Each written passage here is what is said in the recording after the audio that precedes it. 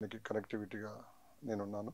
Okay. ఒక 2 periods చైర్మన్గా ఉంటుంది. అయితే ఈ విద్యా ప్రమాణాల మీద, విద్యా వ్యవస్థ మీద ఒక కూలంకషమైన డిస్కషన్ చేయడం జరిగింది. ఆ సందర్భంలో మీరు విద్యా వ్యవస్థ మీద ఇన్వైట్ చేసినందుకు చాలా సంతోషం. మిమ్మలను మీ V5 న్యూస్ను అభినందిస్తున్నాను, కృతజ్ఞతలు తెలుపుకుంటున్నాను. సార్, ఇప్పుడు నేను అంటే పర్సనల్ లైఫ్ గురించి అడుగుతున్నాను కదా, అంటే మీ చిన్ననాటి జ్ఞాపకాలు కావచ్చు, ఎడ్యుకేషన్ పరంగా మీరు ఎక్కడ చదువుకున్నారు, ఎక్కడ పుట్టారు, ఎక్కడ పెరిగారు? నేను చదువు మొదలుపెట్టినప్పుడు మా ఊళ్ళో స్కూల్ లేదు. నాతోనే మా స్కూల్లో సింగిల్ టీచర్తో మొదలైంది. మా ఊళ్ళో అప్పుడు నాతో ఒక 3 ఇయర్స్ చదువుకున్నాను, 3 గ్రేడ్స్ వరకు. మీరు ఎక్కడైతే జన్మించారో జన్మించిన దగ్గర స్కూల్ అనేది లేదు? లేదు. నేను స్టార్ట్ చేసినప్పుడే ఒక స్కూల్ వచ్చింది. ఒక ఫస్ట్ గవర్నమెంట్ టీచర్ ఒక అపాయింట్ చేసి ఒక టీచర్ తో వచ్చింది స్కూల్. అంటే మీరు ఏ క్లాస్ లో ఉన్నప్పుడు మీకు అక్కడ స్కూల్ రావడం జరిగింది? నేను 5th ఇయర్ నుంచి వచ్చింది అన్నట్టు. అప్పుడు విద్యాభ్యాసం అంతా 5 సంవత్సరాల తర్వాతనే శ్రీకారం అనేది అన్నట్టు. శ్రీకారం చుట్టించి అంటే ఇప్పుడులాగా 3 years కి కాదు, 5 years. 5 years తర్వాతనే ఆ శ్రీకారం తర్వాత 3 years. మీరు ఎప్పుడైతే జన్మించారో జన్మించడంతోనే ఆ ఊరికి ఒక వరం తీసుకొచ్చారు అన్నట్టు. అలా అనుకోను నేను. ఎందుకు అనుకోకూడదు సార్, మీరు నిజంగానే మీరు జన్మించిన తర్వాతనే అక్కడ ఒక స్కూల్ స్థాపించడం జరిగింది కాబట్టి ఎంత ఎడ్యుకేషనల్ మీద ఎంత పట్టు సంపాదించారని. అది దానికి దీనికి సంబంధం లేదండి, అది జస్ట్ యాక్సిడెంటల్ అంతే. అంటే ఇవి ఏమైందంటే మనకు ఇండిపెండెన్స్ వచ్చిన తర్వాత మన literacy rate was less than 10% 1950లో. అప్పటికిప్పుడు తేడా చూస్తున్నారు. ఆ లిటరసీ రేట్ని క్రమక్రమంగా పెంపొందించుకుంటూ ఈ దశ చేరుకున్నాం. ఓకే, అది ఒక. తర్వాత ఇంకొకటి ఏంటంటే ఆ లిటరసీ రేట్తోని అప్పుడు ఆ సమయంలో ది యావరేజ్ లైఫ్ స్పాన్ కూడా 30 years ఉండేది అంతే. ఎవరైనా జన్మించిందంటే వాళ్ళ 30 ఏళ్ళు దాటితే బతికినట్టు అన్నట్టు. అంటే చాలామంది 2 years లోపలే చనిపోయేవాళ్ళు అన్నట్టు. అట్లా ఉండేది ఆ రోజుల్లో. అయినా కూడా క్రమక్రమంగా అభివృద్ధి సాధించుకుంటూ వస్తున్నాం. అంటే జన్మించిన తర్వాత 2 years గ్యారంటీ లేదు, వాళ్ళు 2 సంవత్సరాలు దాటిన తర్వాతనే వాళ్ళు ఇంకా బ్రతుకుతారని అర్థం అన్నట్టు. అలాంటి పరిస్థితిలో ఉండే. అంటే సదుపాయాలు లేవు, తర్వాత హాస్పిటల్స్ అనేవి లేవు. ఇంకోటి ఏంటంటే మీరు అనుకుంటారు, నేను జన్మించినప్పుడు నన్ను డెలివరీ చేసింది ఒక మంత్రసాని. ఊళ్ళో మంత్రసానులు అంతెవరు చాకలి వాళ్ళు. మా ఊళ్ళో మా అమ్మమ్మ వాళ్ళ ఊళ్ళో జన్మించిన నన్ను డెలివరీ చేసింది ఒక మంత్రసాని. అయినా కూడా బాగానే ఉన్నాం. అలా అంటే ఆ వ్యవస్థ, అంటే అవకాశాలు అని అలా ఉండే. సరే, ఎన్నో చూసొచ్చారు మీరు, ఎన్నో దాటొచ్చారు. వీటన్నిటిని చూసిన తర్వాతనే మీకు అనిపిస్తుందా, మీతో కొంతసేపు మనం డిస్కస్ చేసిన తర్వాత, కొంతసేపు మీతో మాట్లాడిన తర్వాత మీరు అంటున్నారు, అంటే నాకు మళ్ళా జన్మ అంటూ ఉంటే కూడా నేను మళ్ళీ ఇప్పుడు ఎలా అయితే నేను ఉన్నానో మళ్ళీ యాస్టిన్ అలాగే కావాలని నేను కోరుకుంటున్నాను అని. ఇలాంటి మాటలు అందరి నోట మనం వినాం. సాధారణంగా ఏం కోరుకుంటాం, ఇప్పుడు ఉన్నదానికన్నా నెక్స్ట్ జన్మలో నేను ఇలా అయితే బాగుండు, లేకుంటే నాకు ఈ కోరుకుంటూ వచ్చే జన్మలో ఇలా పుట్టాలి అంటారు. కానీ మీరు విభిన్నంగా మాట్లాడుతున్నారు. విభిన్నంగా అంటే చెప్తాపట్టండి, అంటే నేను నా ప్రస్తుత పరిస్థితులను పూర్తిగా సంతోషంగా ఉన్నానని కాదు, కానీ సుఖమైన కష్టమైన ఈ భూమి మీదనే ఉంటుంది కనుక మళ్ళీ అవకాశం ఇస్తే మళ్ళీ తప్పిదాలు చేయకుండా ఇప్పటికంటే ఇంకా కొంచెం సంతోషంగానో లేకపోతే మంచి అనుభూతులతోనో బతకాలని ఉంది అంతే. పునర్జన్మ అనేది ఉంటే, అది పునర్జన్మ ఉన్నదని నేను నమ్మను, ఉంటే. సరే, ఇంక మనం టాపిక్ లోకి వెళ్దాం. అంటే తెలంగాణలో అంటే విద్యా వ్యవస్థ ఒక్క మాటలో చెప్పాలంటే అధ్వానంగా ఉంది. అధ్వానం అంటే మీరు డిఫైన్ చేయమంటే డిఫైన్ అంటే ఏమంటారు, చేయమంటే ఏమంటారంటే ఒక ఎలా ఉందంటే అధ్వానం ఎందుకు ఉండదంటే ఒక 8th class student 3rd class mathematics చేయలేకపోతున్నాడు. 10th క్లాస్ స్టూడెంట్ ఒక న్యూస్ పేపర్ చదవలేకపోతున్నాడు. ఒక కాలేజ్ గ్రాడ్యుయేట్ ఒక పేజీ ఎస్సే రాయలేకపోతున్నాడు. ఓకే, ఒక మెడికల్ గ్రాడ్యుయేట్ ఒక 1 ఇయర్ హౌస్ వచ్చిన తర్వాత జనరల్ ప్రాక్టీస్గా ప్రాక్టీస్ చేయలేకపోతున్నాడు. ఓకే, ఒక స్పెషలిస్టు స్పెషలైజేషన్ డిగ్రీ వచ్చిన తర్వాత తనంతట తను నేర్చుకున్న ప్రాక్టీస్ను స్వయంగా ప్రాక్టీస్ చేయలేకపోతున్నాడు. ఇది తర్వాత ఒక ఇంజనీరు డిగ్రీ వచ్చిన తర్వాత అందులో ఒక 3 to 5% జాబ్కు క్వాలిఫై అనే ఒక స్టాండర్డ్స్ ఉన్నాయన్నట్టు. ఇది మన విద్యా వ్యవస్థ ఇప్పుడు. సార్ మీరు అన్నది వాస్తవమే. అంటే ఒక 8th క్లాస్ 9th క్లాస్ చదివినటువంటి స్టూడెంట్ 3rd క్లాస్ మ్యాథ్స్ చేయమంటే చేయలేకపోతాడు. ఇది 100% కరెక్ట్ అండి. అలాగే కొంతమంది విషయానికి వస్తే గనక వాళ్ళు బట్టి పడితేనే దాన్ని చదవగలుగుతున్నారు. ఈ బట్టి చదివింది ఏమైతుందంటే మనకి ఏదో ఒక వామిటింగ్ అయిపోయినట్టు విధంగా ఏదైనా అడిగితే అప్పుడు చెప్పేయడం అంతేదంతా కథం అయిపోతుంది. వాళ్ళకి నాలెడ్జే ఉండడం లేదు. అసలు వ్యవస్థ ఏ విధంగా ఉంది, అసలు ఏం జరుగుతోంది అంటారు? ఏమవుతుందంటే మనము డిగ్రీ ఇస్తున్నాం కానీ విద్య ఇవ్వడం లేదు. ఓకే, అదొకటి. దాని తర్వాత ఇదివరకు ఎట్లుండే కదా అంటే ఒక 20 సంవత్సరాల కింద 30 సంవత్సరాల కింద డిగ్రీ ఉంటే జాబ్ దొరికేది. ఇప్పుడు డిగ్రీ ఉన్నా కూడా విద్య లేకపోతే జాబ్ దొరకదు. సో అదే తేడా ఉందన్నట్టు. అయితే ఆ తేడా వచ్చినాక కూడా మన విద్యా వ్యవస్థ అది గుర్తించక అదే పాత పద్ధతిలో నడుస్తున్నారు. యూనో అది మా డిస్కషన్ సారాంశం అన్నట్టు. ఇంకొకటి ఏమైందంటే దీనికి ఇలాంటి వ్యవస్థ కావడానికి ఎందుకు కారణం అంటే అది ఒక్కరోజు జరగలేదు. ఇది క్రమక్రమంగా లాస్ట్ 20 years నుంచి 25 years నుంచి ఇలా వస్తుంది అన్నట్టు. నేను పర్సనల్గా గవర్నమెంట్ స్కూల్లోనే చదివాను, తెలుగు మీడియంలో చదివాను, తర్వాత ఇంగ్లీషు చాలా స్వతహాగా నేర్చుకున్నాను. దాని తర్వాత మెడిసిన్ డిగ్రీ అయిపోయిన తర్వాత మా క్లాస్లో కొంతమంది అమెరికాకు వెళ్ళిపోతుంటారు. ఎందుకు వెళ్ళిపోతుంటారు అంటే అవకాశాలు మంచిగా ఉంటాయని ఒక ఆలోచన ఉండే. మా క్లాస్లో ఒక టాప్ 10% స్టూడెంట్స్ ట్రై చేసి అమెరికాకి వెళ్ళిపోయారు. అందులో నేను కూడా ప్రూవ్ చేసుకోవాలని నేను కూడా వెళ్ళిపోయినాను. అంతేగాని అప్పుడు అవకాశాలు ఉండే ఇక్కడున్నా కూడా, కానీ అమెరికాలో అవకాశాలు మంచిగా ఉంటాయి అనే ఆలోచనతో నేను పోవడం జరిగింది అంతే. ఇప్పుడు అంటే మన దేశాన్ని ఇక్కడ అందరూ ఆలోచిస్తున్నారు, ప్రతి ఒక్కరు కూడా ఒక డిగ్రీ కంప్లీట్ అయిన తర్వాత వాళ్ళు MBA చేయొచ్చు, ఏదైనా కానీ ఇతర దేశాలు వెళ్ళి చదవాలి, అక్కడ మనం సెటిల్ అవ్వాలి, ఇలాంటి ఆలోచనతోటి చాలా వరకు చాలా మంది ఉంటున్నారు. అంటే ఈ NRIలంతా కూడా అంటే ప్రతి ఒక్కరికి ఇక్కడ ఉంటే మనం డెవలప్ కాము, మనం విదేశాలు వెళ్తేనే అక్కడ చదువుకుంటేనే మనం డెవలప్ అవుతాం. అక్కడికి వెళ్ళిన తర్వాత ఏమవుతుంది, అక్కడ వాతావరణానికి దానికి అలవాటు పడిపోతున్నారు. వాళ్ళు మళ్ళీ తిరిగి ఇండియాకి రావడానికి కొంతమంది ఇంట్రెస్ట్ చూపిస్తున్నారు, కానీ ఎక్కువ శాతంగా అక్కడే వాళ్ళు ఉండడానికి. దానివల్ల ఇక్కడ పేరెంట్స్ అంతా చాలా సఫర్ అవుతున్నారు.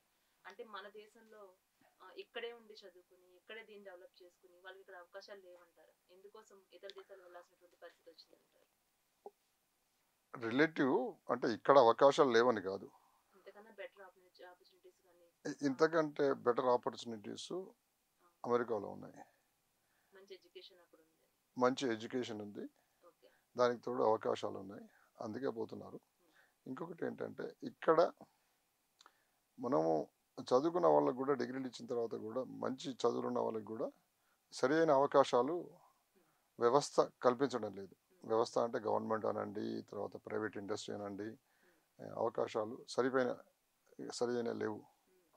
ఆ తర్వాత ఒకటి ఏమైందంటే మంచి అవకాశాల కొరకు మంచి విద్య కొరకు పోతున్నారు. మంచి విద్య అయిన తర్వాత అక్కడ ఆపర్చునిటీస్ ఉన్నాయి కనుక అక్కడే ఉండిపోతున్నారు. ఒక తేడా ఏంటంటే ఇప్పుడు American universities are the best in the world. China students, తర్వాత కొరియన్ స్టూడెంట్స్, వేరే కంట్రీల స్టూడెంట్స్ కూడా అమెరికాకు చాలామంది వస్తారు. చాలామంది చైనీస్ స్టూడెంట్స్ మళ్ళీ చైనాకి వెళ్ళిపోతారు. ఎందుకంటే వాళ్ళు చైనాలో అవకాశాలు ఉన్నాయి. ఈ ఇండియన్ స్టూడెంట్స్ చాలామంది రావడం లేదు. ఇప్పటి వరకు అయితే 90% 75 to 90% అక్కడే ఉండిపోతున్నారు. కొంతమంది వస్తున్నారు. కానీ ఏంటంటే ఈ అవకాశాలు కూడా ఇదివరలా ఉండవు అమెరికాలో కూడా. అమెరికాలో ఉండవు ఎందుకంటే చాలామంది పోతున్నారు. ఇదివరకు 30,000-40,000 స్టూడెంట్స్ పోయేది. ఇప్పుడు 1,50,000-2 లక్షల స్టూడెంట్స్ వరకు పోతున్నారు అన్నట్టు ఇండియా నుండి. అంతమందిని అబ్జర్వ్ చేసుకునే అంత ఎకానమీ అమెరికా కూడా లేదు. సో అందుకనే ఇక్కడనే విద్యా ప్రమాణాలు పెంచి స్కిల్స్ నేర్పించి ఇక్కడనే అవకాశాలు పెంపొందించాలనే ఉద్దేశంతో ఈ వ్యవస్థ మీద, ఎడ్యుకేషన్ వ్యవస్థ మీద ఒక డిస్కషన్, చర్చ జరిగి ఒక రిపోర్టు క్రోడీకరించడం జరిగింది. దానికి నేను పర్సనల్గా మోడరేట్ చేశాను అన్నట్టు. అదే సార్, విన్నాం మేము కూడా. ఎట్లా అంటే మీరు ఒక 3 years బ్యాక్ దీని గురించి మీరు ఆల్రెడీ డిస్కస్ చేయడం, మనం జయప్రకాష్ నారాయణ గారు కావచ్చు, కోదండరామ్ గారు కావచ్చు, ఇలాగా పర్టికులర్గా కొంతమంది మీకు దగ్గరగా ఉన్నటువంటి మీ ఫ్రెండ్స్ ఎవరైతే ఉన్నారో వాళ్ళతో ఈ విషయం మీద మీరు చర్చించడం, డిస్కస్ చేయడం, అంటే ఏ విధంగా మార్పులు తీసుకురావాలి, అంటే సొసైటీలో ఏ విధంగా ఒక్కొక్క విషయం మీద ఏ విధంగా ఏమైతే జరుగుతుందో దాని మీద మీరు డిస్కస్ చేయడం, దాంట్లో పర్టికులర్ గా మీరు ఒకటి ఎంచుకోవడం జరిగింది. దాని గురించి ఒక క్లారిటీగా చెప్తారా? ఒకటి ఏమైందంటే ఈ విద్యా వ్యవస్థలో అన్ఈక్వల్ ఆపర్చునిటీస్ ఉన్నాయన్నట్టు. అందరికీ సరైన అవకాశాలు, సమానమైన అవకాశాలు గవర్నమెంట్ కల్పించడం లేదు, వ్యవస్థ కల్పించడం లేదు. ఈ అన్ఈక్వల్ ఆపర్చునిటీస్తోని అన్ఈక్వల్ అవుట్కమ్స్ ఉంటున్నాయి. ఈ అన్ఈక్వల్ అవుట్కమ్స్లో ఫర్ ఎగ్జాంపుల్ 100 స్టూడెంట్స్ తీసుకుంటే ఎలాంటి వ్యవస్థలైనా కూడా ఒక 5 to 10% బాగా చదువుతారు, వాళ్ళకు న్యాచురల్ ఇంటెలిజెన్స్ ఉంటుంది, వాళ్ళు చదువుతారు. కానీ మిగతా 75% స్టూడెంట్స్కి మినిమం స్టాండర్డ్స్ ఉన్నాయా లేవా? ఆ మినిమం స్టాండర్డ్స్ను మెయింటైన్ చేయాల్సిన బాధ్యత విద్యా వ్యవస్థకు ఉండాలి. అది ఆ వ్యవస్థ నడుపుతున్నారో లేదా దాని మీద మేము చాలా డిస్కషన్ జరిగింది. నాకు తెలిసింది ఏంటంటే ఎలా జరగడం లేదు. స్టాండర్డ్స్ పడిపోవడానికి కారణము నేను ఎక్కువ భాగంగా గవర్నమెంట్దే బాధ్యత. ఒకటి ఎట్లుంటుందంటే ఒక పాలసీ డెసిషన్ తీసుకున్నప్పుడు దాంట్లో 3 భాగాలు ఉంటాయి. ఒకటి ఇంటెంట్ అంటే ఐడియా,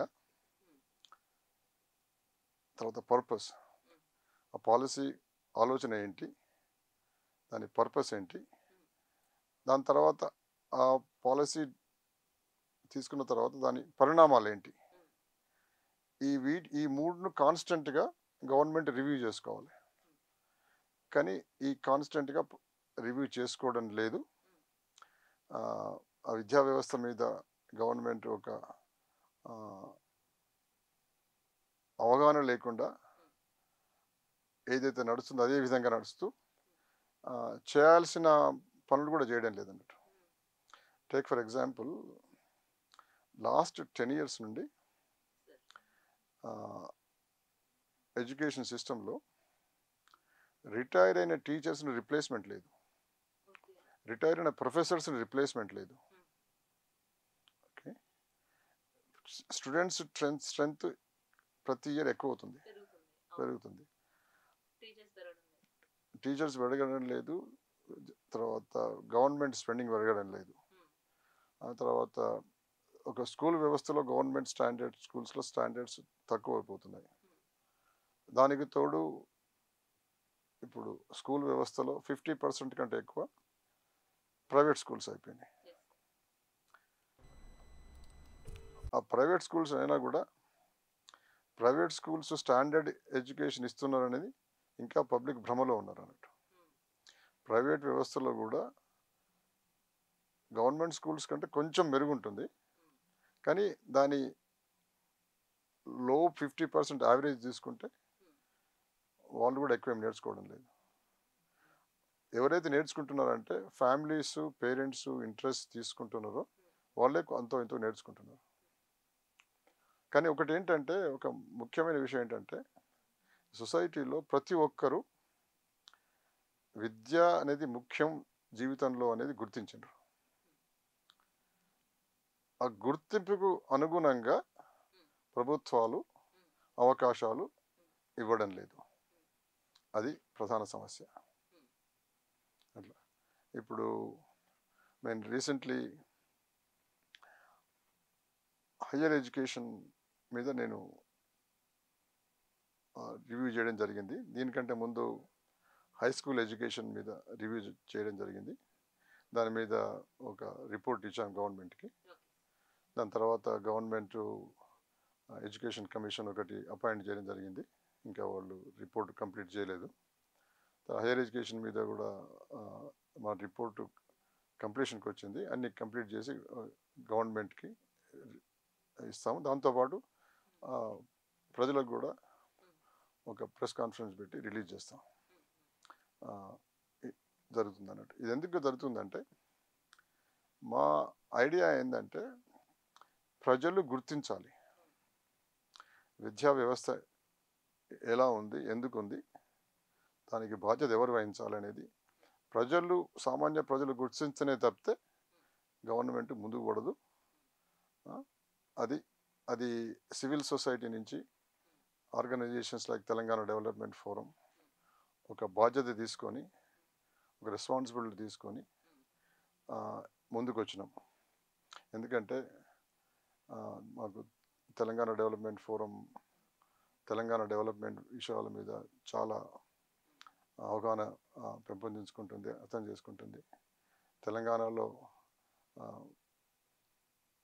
విద్యా వ్యవస్థ ఇంప్రూవ్ కావాలి, తర్వాత లివింగ్ స్టాండర్డ్స్ ఇంప్రూవ్ కావాలంటే విద్య అనేది ముఖ్యమని మేము గుర్తించినాం.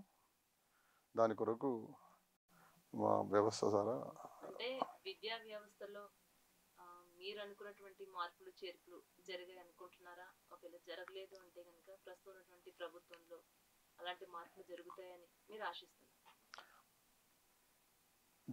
జరుగుతాయని కంటే జరగాలని ఆశిస్తున్నాం.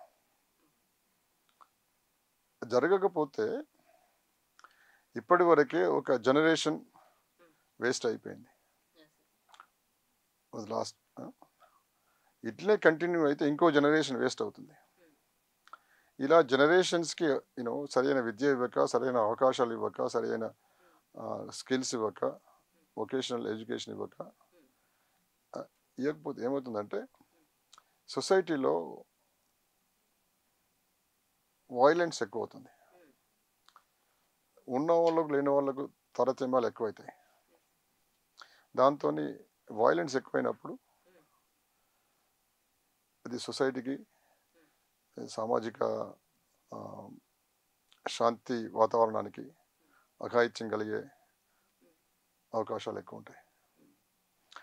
అది అలాంటి అఘాయిత్యాలు మామూలు కాకూడదనే తపనతోనే ఇలాంటి శ్రమ తీసుకుంటున్నాం మేము.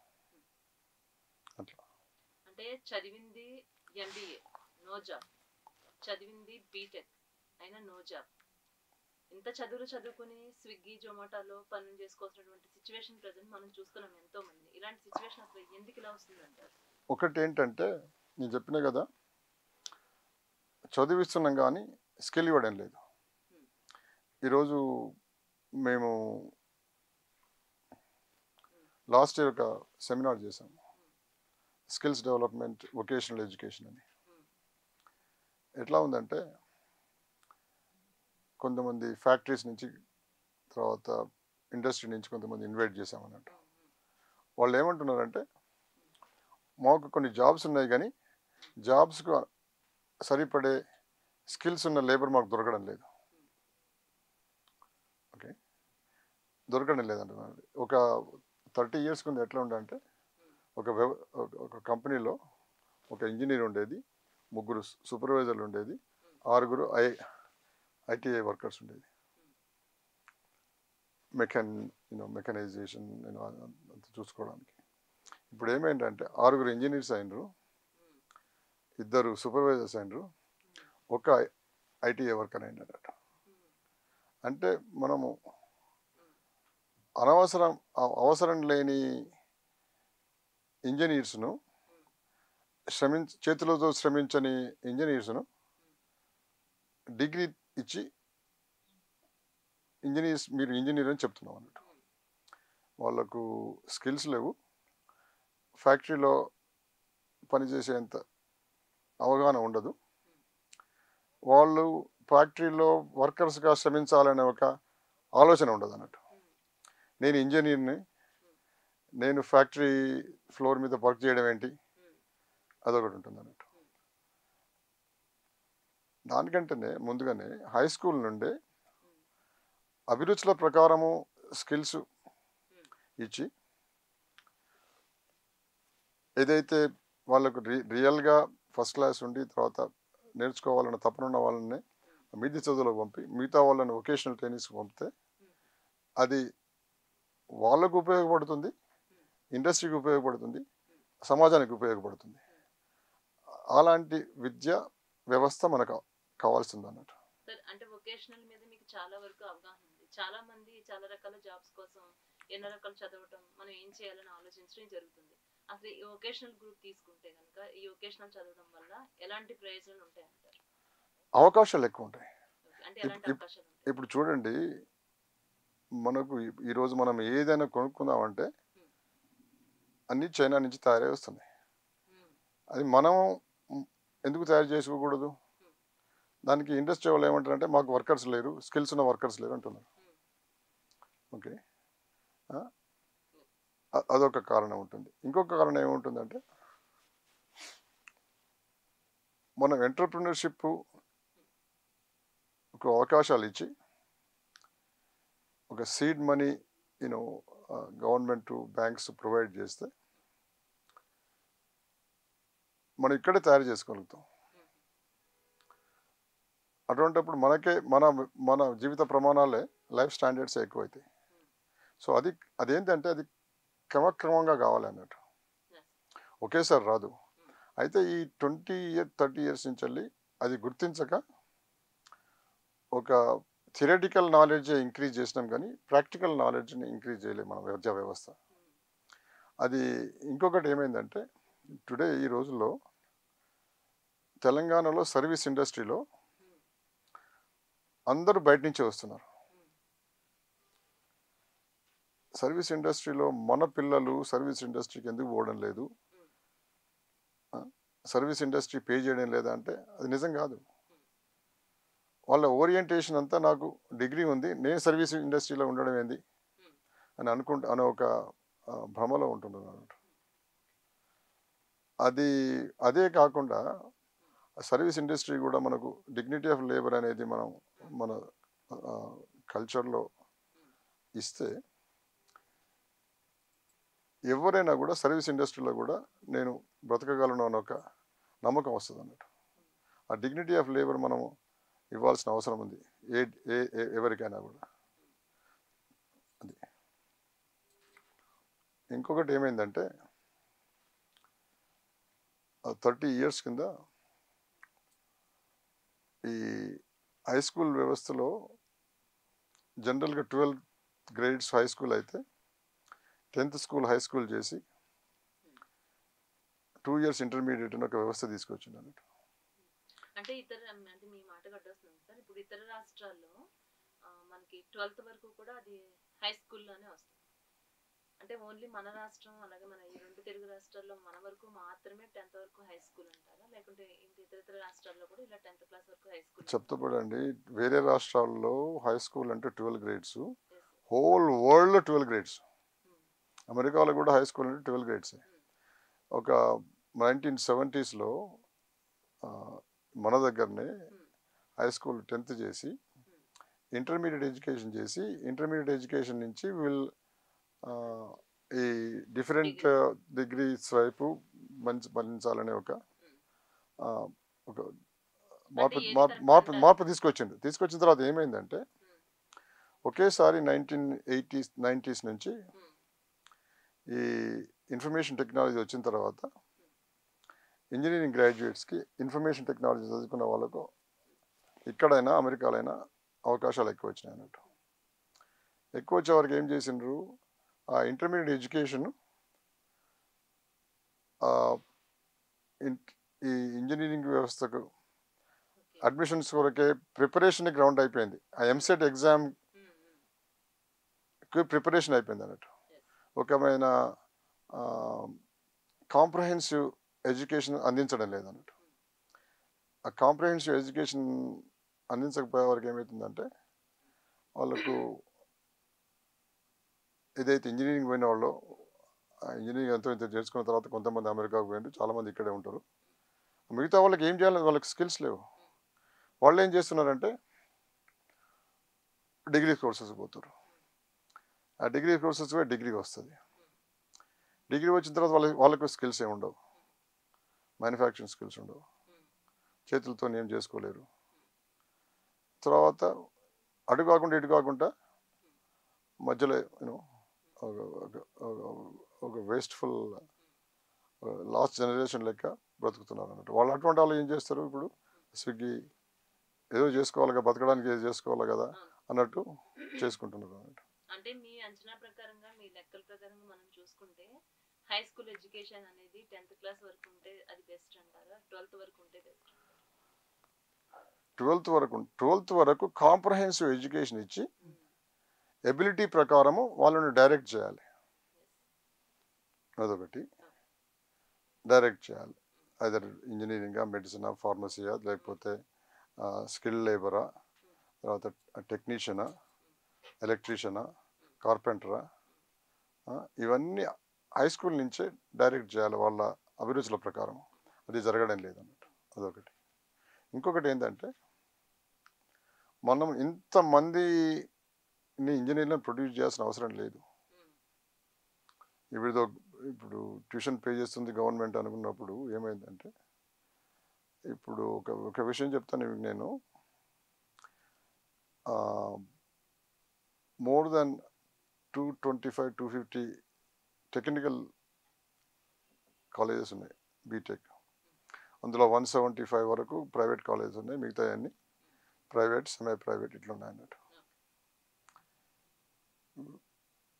ఇంతమందిని ప్రొడ్యూస్ చేసిన తర్వాత వాళ్ళ విద్యా ప్రమాణాలు చాలా తక్కువ ఉన్నాయి. ఇండస్ట్రీకి అనుగుణమైన విద్య నేర్పడం లేదు. సో ఆ కరికులం చేంజెస్ చేయడం లేదు. ఇప్పుడు ఏదైతే టెక్నాలజీ చేంజ్ అవుతుందో, టెక్నాలజీ చేంజ్ అవుతున్న దానికి అనుగుణంగా విద్యను అందించడం లేదు. కరికులం చేంజ్ చేయడం లేదు. సో కరికులం చేంజ్ చేసే వరకు 20 ఏళ్ల కింద కరికులం ఉంది, అది ఇప్పుడు నేర్పితే ఇప్పుడు టెక్నాలజీకి అవసరం ఉన్న ఇప్పుడు విద్య నేర్పించాల్సిన అవసరం ఉంది అన్నట్టు. ఈ గ్రాడ్యువల్గా ఇటువంటి చేంజెస్ తీసుకురావడం లేదన్నట్టు. ఇవన్నీ మేము గుర్తించినాం అన్నట్టు. మేము చేసిన రివ్యూ ప్రకారము ఇవన్నీ గుర్తించినాము. దానికి తోడు ఏమవుతుందంటే, గవర్నమెంట్ కూడా, ఇప్పుడు ఏవైనా గవర్నమెంట్ అయినా ప్రైవేట్ అయినా కూడా స్టాండర్డ్ ఆర్ క్వాలిటీ టీచర్స్ లేరు. టీచర్స్ లేరు. దాంతో కూడా కొంత సమస్యలు ఎదురైనాయి అన్నట్టు. ఎందుకు ఎదురైనాయంటే, ఒక ప్రొఫెసర్ రిటైర్ అయితే ఒకరు ఒక ప్రొఫెసర్ కావాలంటే ఒక 10 ఇయర్స్ పడుతుంది.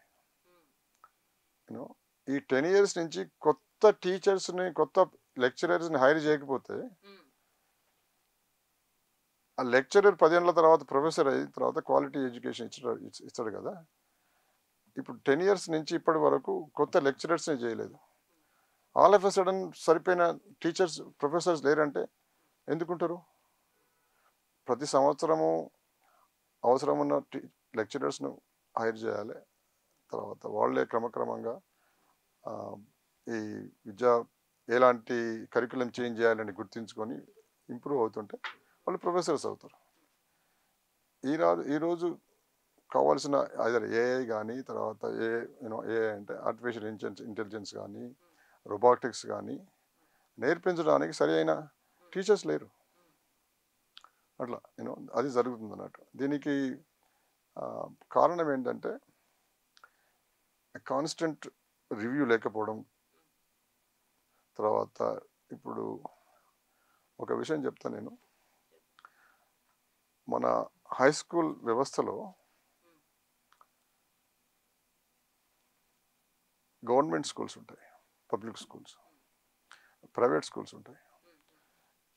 ఈ పబ్లిక్ స్కూల్స్లోనే 5-6 రకమైన స్కూల్స్ ఉంటాయి. Regular government schools, social welfare schools, tribal welfare schools, aided schools, unaided schools, గురుకుల స్కూల్స్. వీటన్నిటి మీద డిపార్ట్మెంట్ ఆఫ్ ఎడ్యుకేషన్కి కంట్రోలే లేదు.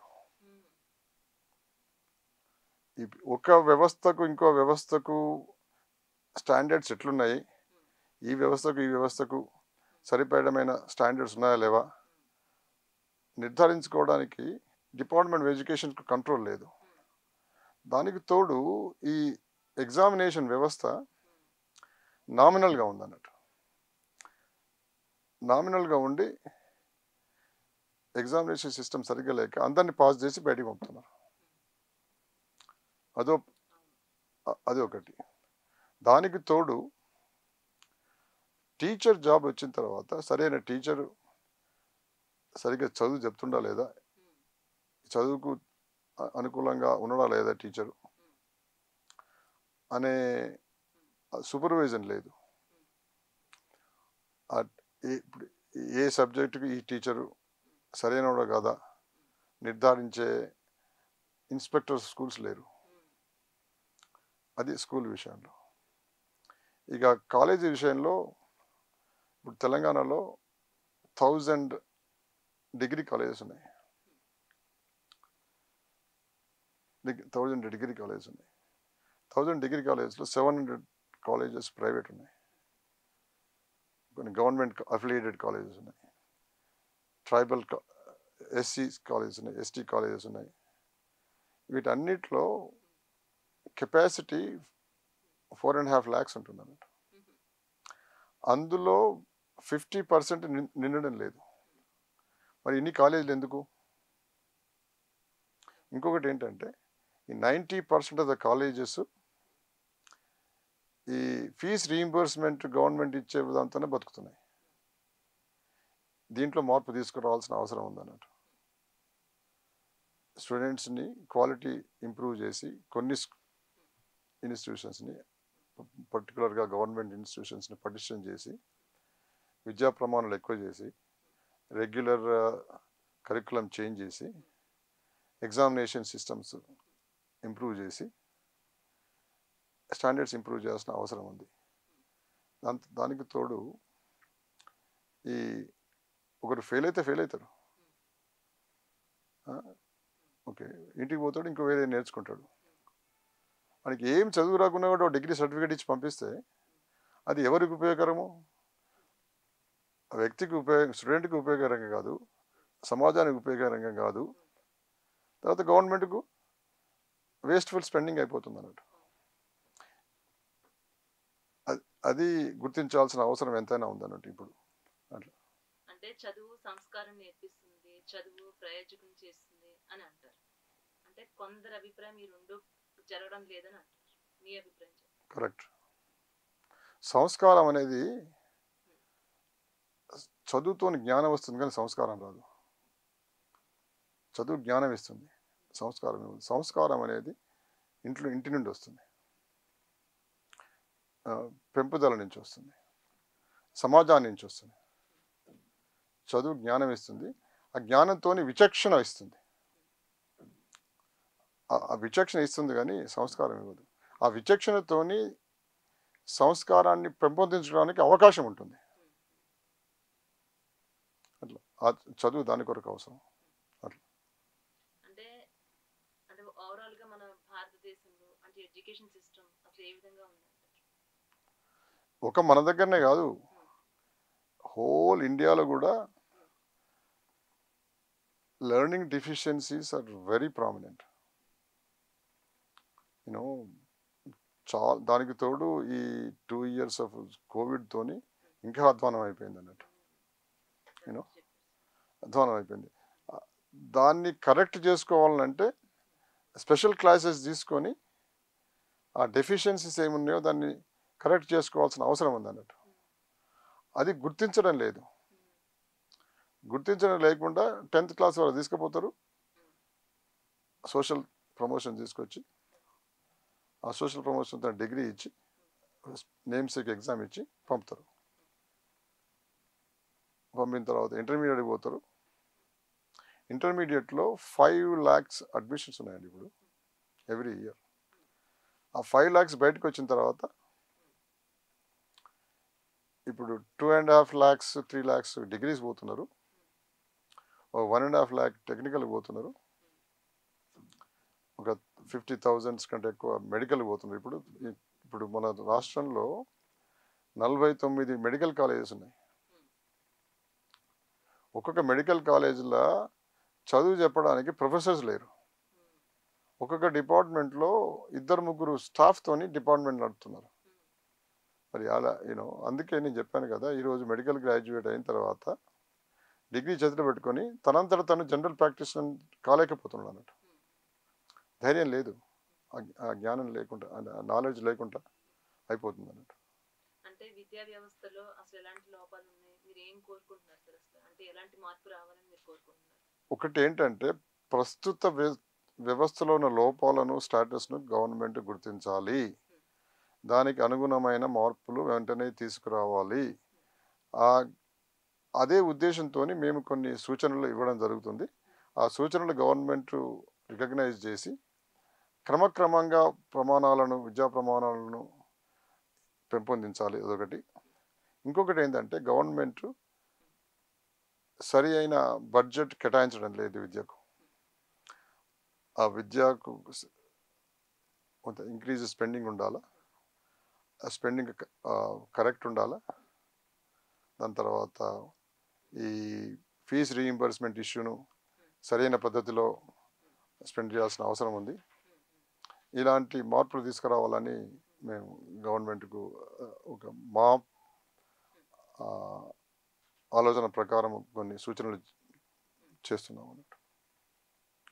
సార్ అలాగే మన ముఖ్యమంత్రి రేవంత్ రెడ్డి గారితో చాలా సన్నిహితంగా ఉంటారు మీరు. ఇప్పుడు మీరు ఏదైతే అనుకుంటున్నారో ఇవన్నీ కూడా మీరు మన ముఖ్యమంత్రి గారి దృష్టికి తీసుకొని వెళ్ళాను. నాతో లాస్ట్ ఇయర్ కలిసినప్పుడు అన్నారు, 3 days కింద కలిసినప్పుడు అన్నారు, ఏమన్నారంటే మీ రికమెండేషన్స్ అన్నీ ఎడ్యుకేషన్ కమిషన్కి ఇవ్వండి, మాకు ఇవ్వండి, మేము అన్నీ గుర్తించడానికి ప్రయత్నించి రిఫార్మ్స్ తీసుకురావడానికి ప్రయత్నిస్తామని ఒక భరోసా ఇచ్చారు. ఒకటి తేడా ఏంటంటే ఫస్ట్ 10 years ఆఫ్ తెలంగాణ గవర్నమెంట్లో ఒక కాంటాక్ట్ కమ్యూనికేషన్ లేకుండే. రేవంత్ రెడ్డి వచ్చిన తర్వాత ఒక కమ్యూనికేషన్ కాంటాక్ట్ దొరికింది.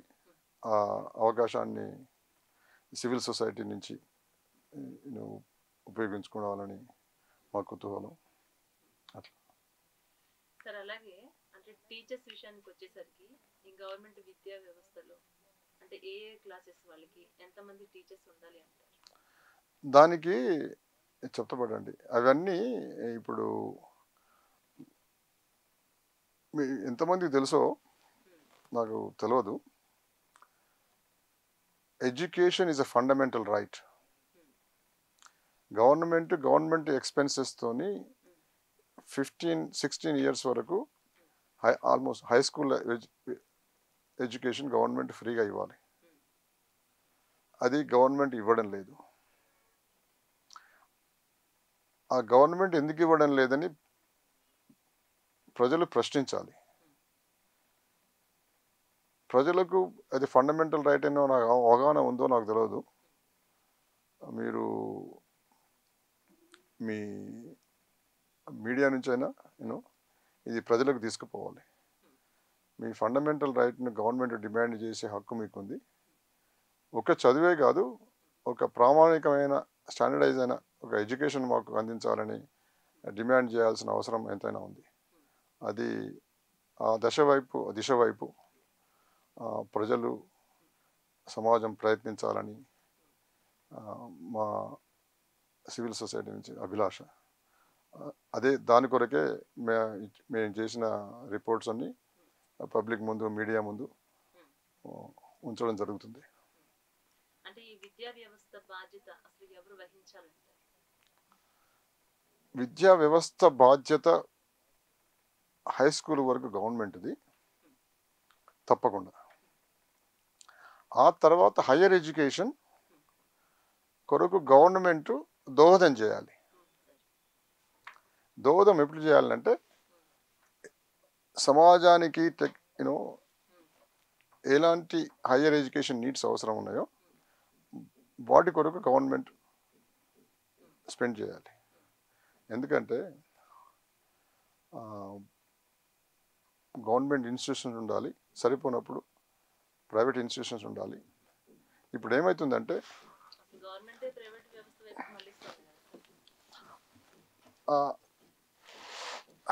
అదే సమస్య. ఓకే, ప్రైవేట్ వ్యవస్థ ఉన్నా కూడా ఇప్పుడు అమెరికా హోల్ కైండ్ ఆఫ్ అమెరికాలో ఏమనుకుంటారంటే America is a capitalist country, అంతా ప్రైవేటే అని అనుకుంటారు. కానీ high school education 95% of the rich poor go to the same school. అన్ని పబ్లిక్ స్కూల్సే, గవర్నమెంట్ స్కూల్సే. హై స్కూల్ వరకు హోల్ అమెరికాలో 95%, 97% వరకు హై స్కూలే, గవర్నమెంట్ స్కూల్సే. ఓకే, ఇంకోటి ఏంటంటే ఈ డెవలపింగ్ కంట్రీస్ ఉన్నాయో, ఇంగ్లాండ్ అయినా, జర్మనీ అయినా, ఫ్రాన్స్ అయినా, యూరోపియన్ కంట్రీస్ అన్నీ హై స్కూల్ రెస్పాన్సిబిలిటీ అంతా గవర్నమెంట్దే. ఓకే, దాని తర్వాత ఇప్పుడు మనం కూడా ఒక డెవలప్డ్ కంట్రీ కావాలని ఒక అభిలాషతో ఉన్నాం కనుక ఒక standardize high school education provide చేయకపోతే మనం ఏదో డెవలప్డ్ కంట్రీ అవుతామనే ఒక భ్రమలోనే ఉంటాం. పేరెంట్స్ కూడా సార్, పేరెంట్స్కి ఎలా ఉంటుందంటే మన పిల్లలు ఆ స్కూల్లో చదవాలి, ఈ స్కూల్లో చదవాలి చెప్పుకోవడానికి పేరు కోసం ఈ విధంగా ఆలోచిస్తారు. జాబ్ల విషయానికి వచ్చేటప్పటికి గవర్నమెంట్ స్కూల్లో చదివించాలంటే పేరెంట్స్ అంతలా ఆలోచిస్తారు. మనం ఎక్కడ తగ్గుతామో అన్న ఫీలింగ్తో ఎదుటి వాళ్ళని చూసి కంపేర్ చేసుకుని ఇంతకన్నా బెటర్ స్కూల్లో మనం చదివించాలి, ఈ ఆలోచన విధానంతో వెళ్తున్నారు తప్ప ఉద్యోగాల విషయానికి వచ్చేసరికి వాళ్ళకి గవర్నమెంట్ జాబ్ అంటే, జాబ్ల విషయానికి వచ్చేసరికి ఇప్పటికీ కూడా గవర్నమెంట్ ఉద్యోగాలు అంటే వాళ్ళకి ఆశ, గవర్నమెంట్ ఉద్యోగాలు రావాలని కోరుకుంటారు. చదివించే విషయానికి వస్తే చదువులకు గవర్నమెంట్ స్కూల్స్ వద్దు.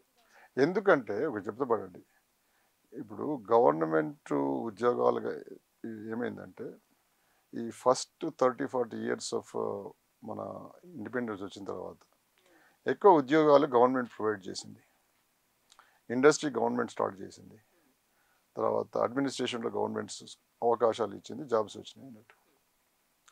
క్రమక్రమంగా ఏమవుతుందంటే గవర్నమెంట్ ఉద్యోగాలకు నెంబర్స్ తక్కువైనాయి, ప్రైవేట్ ఉద్యోగాలు ఎక్కువైనాయి. గవర్నమెంట్ ఉద్యోగాల్లో ఒక సెక్యూరిటీ ఉంటుంది అన్నట్టు, సెక్యూరిటీ ఉంటుంది, తర్వాత పెన్షన్ ఉంటుంది. ఓకే, ఆ సిస్టమ్ ప్రైవేట్ సిస్టంలో లేదు, అదొకటి. ఇంకొకటి ఏమైందంటే ఇప్పుడు ఏమవుతుందంటే విద్య ఇంపార్టెంట్ అని ప్రతి ఒక్కరు గుర్తించారు. ఇప్పుడు మన ఇంట్లో పనిచేసే లేబర్ కూడా మా పిల్లడు చదువుకోవాలని చెప్పి గవర్నమెంట్ స్కూల్లో సరిగ్గా చదువు చెప్పారట, నేను ప్రైవేట్ స్కూల్స్కి పంపిస్తా అని చెప్పి ప్రైవేట్ స్కూల్కి పంపిస్తున్నారు. కానీ ఏంటంటే వాళ్ళు ప్రైవేట్ స్కూల్స్లో ఏం నేర్చుకుంటున్నారు అనేది ఒక అవగాహన లేదు వాళ్ళకి. వాళ్ళు కూడా 10th క్లాస్ వరకు సర్టిఫికేట్ తీసుకొని వస్తున్నారు, ఎక్కువ ఏం నేర్చుకోకుండా. దానికి డిపార్ట్మెంట్ ఆఫ్ ఎడ్యుకేషన్ సూపర్విజన్ లేదు ప్రైవేట్ స్కూల్స్ల మీద కూడా. ఈరోజు ప్రైవేట్ స్కూల్స్లో ఒక విషయం చెప్తున్నాను, మేము రివ్యూ చేసేటప్పుడు గవర్నమెంట్ స్కూల్స్లో government teacher is better educated, better standards, ఈ selected with better examination systems. అదే టీచరు తన పిల్లలని ఒక ప్రైవేట్ స్కూల్కి పంపుతాడు, ఆ ప్రైవేట్ స్కూల్స్లో లెస్ ఎడ్యుకేటెడ్ స్టూడెంట్స్ ఉంటారు, అండర్ పెయిడ్ స్టూడెంట్స్ ఉంటారు. తను శ్రద్ధ తీసుకోకపోతే వాళ్ళు కూడా ఎక్కువ నేర్చుకోరు. అది వ్యవస్థ ఈరోజు అట్లా. అది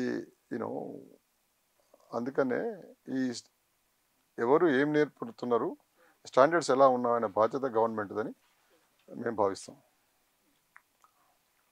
సార్ చెప్పండి, అంటే ఫైనల్గా మీరు విద్యార్థులకే కావచ్చు, విద్యా వ్యవస్థకే కావచ్చు, మన పేరెంట్స్కే కావచ్చు, మా V5 న్యూస్ ఛానల్ తరఫున మీరు ఏం చెప్పదలుచుకున్నారు?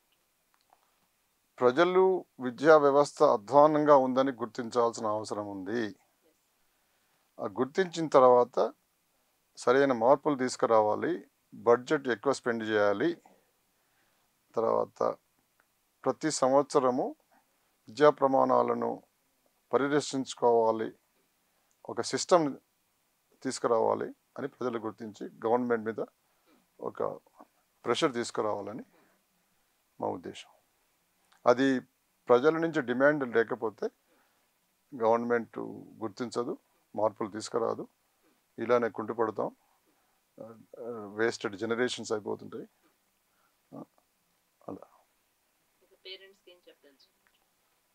పేరెంట్స్ కూడా మీరు డిగ్రీలు కాదు విద్య నేర్పించండి. ఓకే, తర్వాత మీరు అన్నారు కదా సంస్కారం నేర్పించండి, ఒక మొరాలిటీ నేర్పించండి. జ్ఞానం అనేది ఎడ్యుకేషన్తో వస్తుంది, కానీ ఈ సంస్కారం అనేది కుటుంబం నుంచి వస్తుంది. అది మీరు గుర్తించాల్సిన అవసరం ఉంది అని పేరెంట్స్కి చెప్పదలుచుకున్నాను. విద్యా వ్యవస్థలో ఎలాంటి మార్పులు కావాలో, ఏ విధంగా మారితే ప్రజలకు ఉపయోగపడుతుందో ఎన్నో రకాల విషయాలు మీ వాల్యుబుల్ టైం మాకు కేటాయించి ఈ రోజు మా V5 న్యూస్ ఛానల్కి వచ్చినందుకు thank you sir. Thank you so much. నన్ను మీ ఛానల్కు ఇన్వైట్ చేసి ఇలాంటి కొన్ని మంచి ప్రశ్నలు అడిగినందుకు శ్రమించడం జరిగింది. ఎందుకంటే ఫ్రీగా తెలుగులో మాట్లాడడం నాకు అలవాటు తగ్గింది కనుక కొన్ని పదాలను సరిగ్గా వాడలేకపోయినా దాన్ని మీరు క్షమించాలి. Thanks again.